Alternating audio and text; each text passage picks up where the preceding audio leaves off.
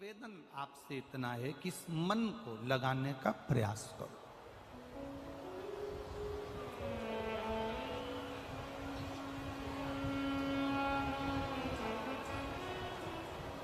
इस चित्त को परमात्मा में लगाने का प्रयास करो। कई लोग आते हैं, कथा को सुनने के लिए बैठते हैं, और कई लोग आते हैं केवल आगे बैठने की जिद भी करते हैं, बैठ भी जाते हैं, और 15-20 मिनट बैठने के बाद इनको लगने लगती है कि अपनी गाड़ी में चली जाऊं, वहाँ गाड़ी में जल्दी जाके बैठ जाऊंगी तो जल्दी से निकल कर 5 बजते नहीं, ये 4 बजे से धीरे धीरे उठकर दूसरे को भी परेशान करो और दूसरे को भी मत सुनने दो, और खुद भी जल्दीबाजी में लोगों को परेशान कर कर जाने का प्लान करो। हमें समझ में नहीं आता कार्यकर्ता इन लोगों को आगे बिठा क्यों देते हैं। इनसे कुछ ले लेते हैं क्या कि दे दो 50-25 हजार रुपये, तुम्हें आगे बिठा देंगे, तुम 5 मिनट बैठना, उठ के चली जाना, जाओ। 4 लोगों को कष्ट भी दो, परेशान भी करो, पहले झगड़ के आगे बैठो भी सही, और उसके बाद में 5 बजे नहीं, उससे पहले जाने की अपनी गाड़ी में बैठ जाऊं, गाड़ी में बैठ जाऊं और जल्दी जाने का तुक लगा लें। कितने लोग परेशान होते हैं तुम्हारे चक्कर में, जिनकी चित्त वृत्ति में इससे तो घर में बैठकर कथा सुनना अच्छा है, या फिर पीछे वो पंडाल बना हुआ आखिरी का भोजनशाला वाला, उसमें आराम से बैठो, जाओ, सुनो, भक्ति का रस तत्व ग्रहण करो।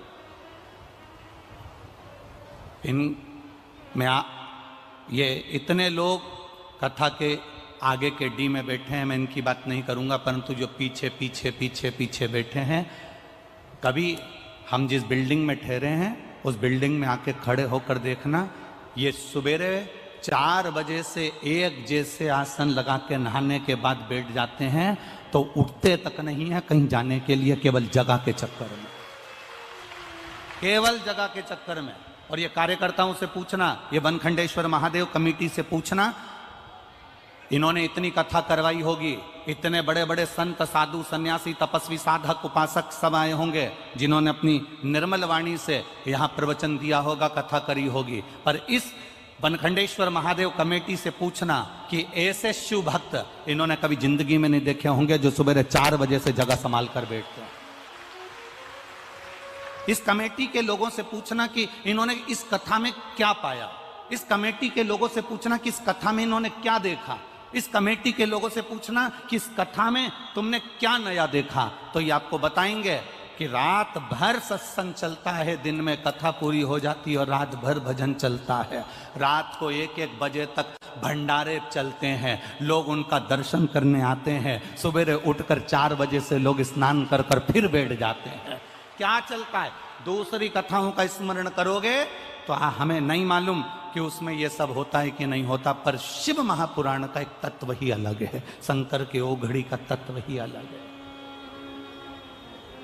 और जितने कार्यकर्ता यहाँ सेवा में लगे हुए हैं, जितने तुम्हारे यहाँ वेद पुराण हुए हैं उसमें और इसमें एक अंतर तुमको लगेगा, इसमें सेवा का आनंद आएगा, इसमें सेवा से ऊपोगे नहीं, तुम्हें सेवा से उपज नहीं होगी कि अब मैं थक गया, इसमें सेवा का आनंद आएगा। कोई अगर बांट रहा होगा ना, तुम खड़े हो जाओगे, लाओ मैं दोना दे देता हूँ, ला तुम खिचड़ी भरो, लाओ तुम पोहा भरो, लाओ तुम पूड़ी दो, मैं देता हूँ, इसमें सेवा का आनंद आता है।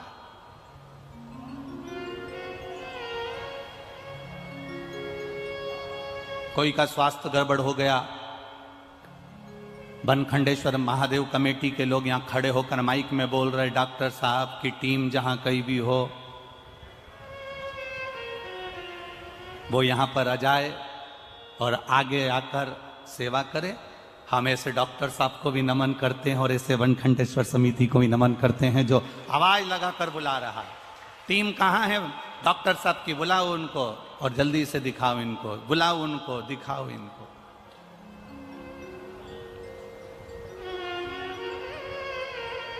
एक भक्ति के बल को बढ़ाना है हमको,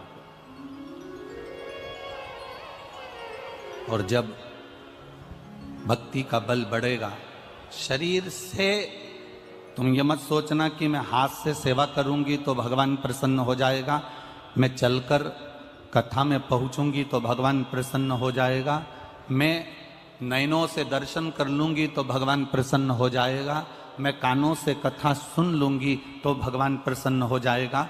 भगवान को प्रसन्न करने का सबसे पहला तरीका है तुम्हारा दिल, तुम्हारा हृदय, तुम्हारा मन तुम परमात्मा से लगाने का प्रयास करिए। जब तुम्हारा हृदय, तुम्हारा दिल, तुम्हारा मन परमात्मा से लग जाएगा तब भगवान खुद प्रसन्न हो जाएगा।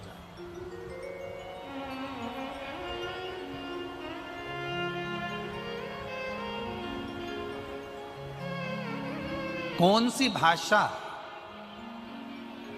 कौन सी भाषा मेरे भगवान समझते हैं? भोजपुरी बोलोगे तो भगवान समझ जाएगा, अरे जम के तो बोलो। गुजराती बोलोगे तो समझ जाएगा, अंग्रेजी बोलोगे तो समझ जाएगा, मराठी बोलोगे तो समझ जाएगा, तमिल की बोलोगे तो समझ जाएगा, मद्रास की भाषा बोलोगे। करा कि तुम उत्तर प्रदेश में रहते हो, गुजरात जाते हो तो गुजरात की भाषा तुम्हें नहीं आती, महाराष्ट्र जाते हो तो महाराष्ट्र की भाषा तुम्हें नहीं आती, महाराष्ट्र के लोग यहाँ आते हैं तो उनको उत्तर प्रदेश की भाषा नहीं आती। जो यहाँ से वहाँ जा रहा है उसको वहाँ की भाषा नहीं आ रही, वो वहाँ से यहाँ आ रहा है उसको वहाँ की भाषा नहीं आ रही। जरा विचार करना, मेरे भोलेनाथ गुजराती की भी भाषा सुनते हैं, मेरे भोलेनाथ मराठी की भी भाषा सुनते हैं, मेरे भोलेनाथ तमिल की भी भाषा सुनते हैं, मेरे भोलेनाथ बंगाली भी भाषा सुनते हैं, मेरे भोलेनाथ मद्रासी भी सुनते हैं, मेरे भोलेनाथ उत्तराखंड की भी सुनते हैं, मेरे भोलेनाथ असम की भी सुनते हैं। कभी विचार करना, क्या मेरे भगवान कितने स्कूल में पढ़ने गए होंगे जो इतनी सारी भाषा उनको आती होगी? गुजराती गुजराती भाषा में विनती कर रहा है, मराठी मराठी भाषा में विनती कर रहा है, विद्वज्जन संस्कृत में विनती कर रहे हैं, साधारण व्यक्ति हिंदी में विनती कर रहा है, कोई गुजराती, कोई मराठी, कोई बंगाली, कोई पंजाबी, कोई तेलुगु, सब अपनी अपनी भाषा में विनती कर रहे हैं। कभी विचार करना, क्या भगवान इतनी भाषा को जानते हैं? क्या भगवान इतनी भाषा को सुनते हैं? तो हमारा शास्त्र कहेगा, हमारा भविष्य पुराण कहेगा, हमारी अग्नि पुराण कहेगी, हमारी नर्मदा पुराण कहेगी, हमारी पद्म पुराण कहेगी और हमारी कुर्म पुराण कहेगी कि भगवान इतनी भाषाओं को नहीं जानते, भगवान तो केवल एक भाषा जानते हैं, जो दिल से पुकारता है भगवान उसके हृदय की भाषा को पहचान जाते हैं। अब हाथी ने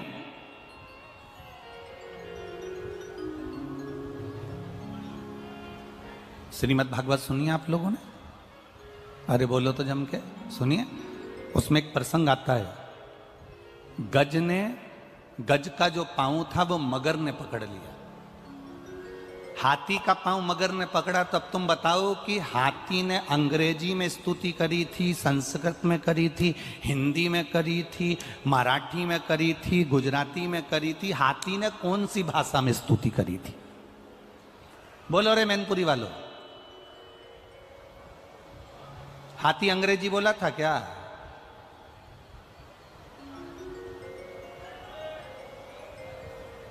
अच्छा, एक बहुत पढ़े हुए लोग रहते हैं ना, जो बात बात में अंग्रेजी झाड़ते हैं, जरा जरा सी बात में अंग्रेजी के शब्द बोलते हैं। कई लोग ऐसे भी होते हैं, व्यासपीठ पर बैठकर भी अंग्रेजी के शब्दों का प्रयोग करना चाहते हैं जिससे हमारी वैल्यू बढ़े। जो अंग्रेजी पढ़े हुए हैं, जरा जरा सी बात में अंग्रेजी बोलते हैं। एक विचार करना, उस अंग्रेजी पढ़े हुए व्यक्ति के पीछे कुत्ता लग गया। अब तुम कुत्ते के सामने कह रहे excuse me, excuse me, excuse me, please please please.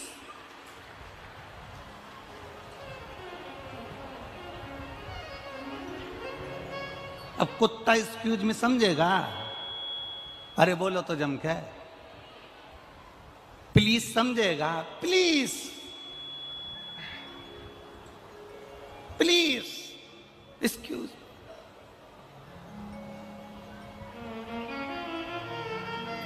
अरे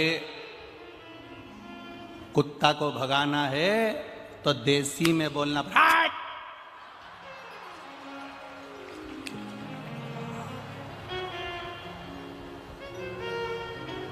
अब तुम सिर पे excuse me please, excuse me, सब कुत्ता क्या समझे तुम्हारा excuse me please, excuse me, don't touch, please please please. कुत्ता क्या, यहां तो देसी बोलना पड़ेगा।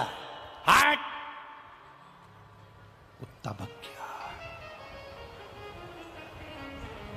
अब तुम कहो कि भगवान गुजराती समझता होगा, भगवान अंग्रेजी समझता होगा, भगवान हिंदी समझता होगा, भगवान संस्कृत समझता होगा, भगवान बंगाली समझता होगा, भगवान ये समझता होगा। भगवान अगर भाषा समझता होता तो हाथी ने कौन सी स्तुति करी थी? हाथी ने, जो हाथी था, हाथी की जो भाषा होती है, हाथी उस भाषा में चिंघाड़ा, और भगवान उस चिंगाड़ की भाषा नहीं, भगवान उसके कलेजे की, दिल की भाषा सुन ली है और दौड़ पड़े। चींटी को कष्ट होता है, वो हिंदी अंग्रेजी नहीं बोलती, कोई भाषा नहीं बोलती, चींटी का दिल दुखता है तो परमात्मा सुनता है। गौ माता को कष्ट आता है, गाय रोती है तो परमात्मा सुनता है। कुत्ते को अगर तकलीफ होती है, कुत्ता चिल्लाता है, उसकी भाषा कोई नहीं जानता, पर परमात्मा दिल की भाषा जानता है। आप कितनी भी स्तुति कर रहे हो, कितनी भी प्रार्थना कर रहे हो, 4 घंटे आंख बंद करके बैठे हो, 2 घंटे से माला पकड़ कर बैठे हो, भगवान को उससे कोई मतलब नहीं होता। भगवान को केवल तुम्हारे दिल से मतलब होता है। तूने कितनी देर मेरे से दिल लगाया है, तू कितनी देर मेरा स्मरण करी है, तू मुझे मन से कितना पुकारा है। तूने मुझे एक बार अगर दिल से पुकारा होता तो मैं तेरे सम्मुख में खड़ा होता। तूने मन से कब पुकारा? पत्राएं हैं, देखिए।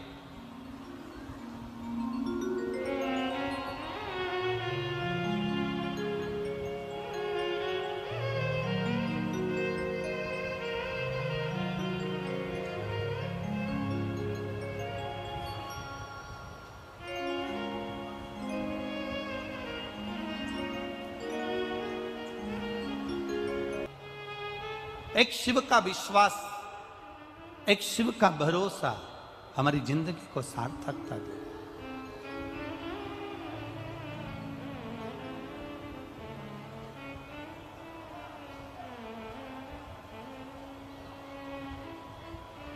जब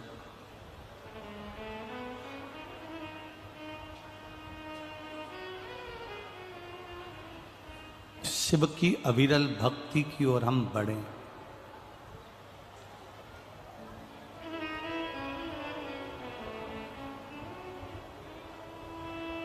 शिव की अविरल भक्ति की ओर जब हम आगे बढ़े, तब तुम्हारे भीतर एक भाव विश्वास का आना चाहिए, भरोसे का। शरीर से भजन नहीं करना है।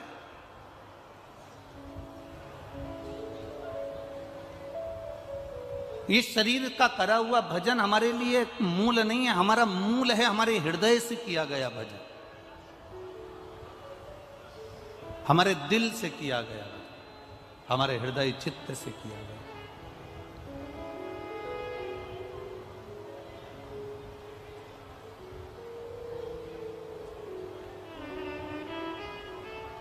और जब हमारे हृदय चित्त से हम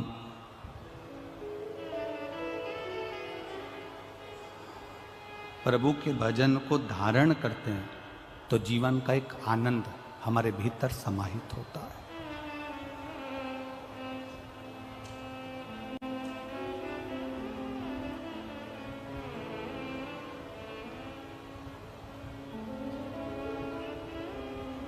एक हमारे भीतर एक जीवन का एक सुख समाहित होता है। आज आप लोगों को एक बात कहना चाहते हैं, अगर थोड़ा सा आप स्वीकार करें तो जितने लोग आस्था चैनल पर कथा सुन रहे हैं और जितने लोग पंडाल में कथा सुन रहे हैं और जितने मोबाइल पर कथा सुन रहे हैं, अगर हमसे मिलने के लिए व्यासपीठ पर आओ या हमसे मिलने के लिए हमारे पास में कमरे में भी आओ, तो निवेदन है आप लोगों से कि आप अपनी जेब की भेंट पैसा हमारे पास नहीं चढ़ी तर होना चाहिए। इसी चक्कर में हम लोग यहाँ व्यासपीठ के पास किसी को आने नहीं दे। मूल है आप लोगों का धन दौलत आपके पास, पर जिस समय आप बाबा से मिलने के लिए आए हो और यहाँ से अगर बेलपत्र दी जा रही है तो आपकी जेब में से ठन्नी भी नहीं खसकना चाहिए। उस समय तुम्हारी खाली झोली बाबा के चरणों में होना चाहिए। वो बेलपत्र जो दी गई है वो करोड़ों से कम नहीं है, खूब बाबा की कृपा।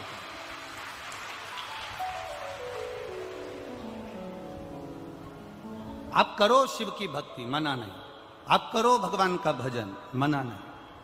क्यों? उसका कारण होता है।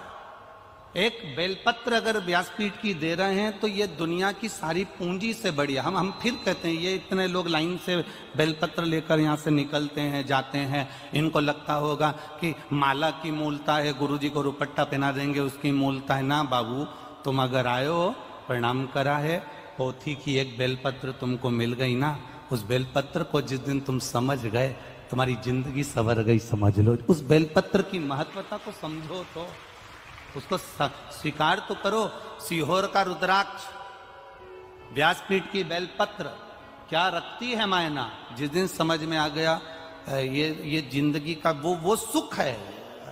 देखा अपने जीवन में बड़े से बड़ी बीमारी में लोग, कैंसर हो, लीवर हो, किडनी हो। तो हमारा जितने लोग आस्था चैनल से सुन रहे हैं, जितने लोग कथा के पंडाल में सुन रहे हैं और जितनी जगह आगे भी कथाओं का स्मरण हो, उस पर ध्यान दीजिए। भक्ति के बल को बढ़ाओ। और एक निवेदन और है, वो भी यहाँ के लोग श्रवण कर लें और बाहर के लोग भी श्रवण कर लें। पानी का पाउच या पानी की बोतल या बिस्कुट का पैकेट पंडाल के अंदर कोई भी फेंक कर किसी को नहीं देगा। लोगों की आंख के चश्मे टूट जाते हैं, उनके चेहरे पर लग जाती है। इसलिए सावधानी रखें। अगर आप बांट रहे हैं, हाथ में दीजिए, किसी के चेहरे पर, कई माताओं के चश्मे टूट गए, किसी की आंख में लग जाती है, आप तो फेंक देते हो, कोई ने देखा कि ना देखा, और आपने फेंक दिया और उसको लग गई। प्रयास करो। इसलिए हम कथा में कहते हैं अपने घर से चलो तो कितनी पानी की बोतल, जम के बोलो जरा, 2 पानी की बोतल लेकर चलो।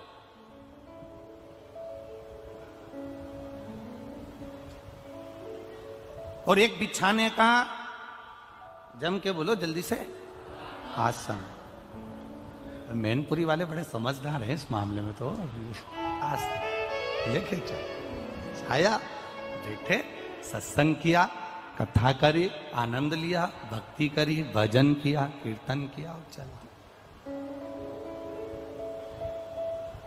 शिव तत्व को जानिए,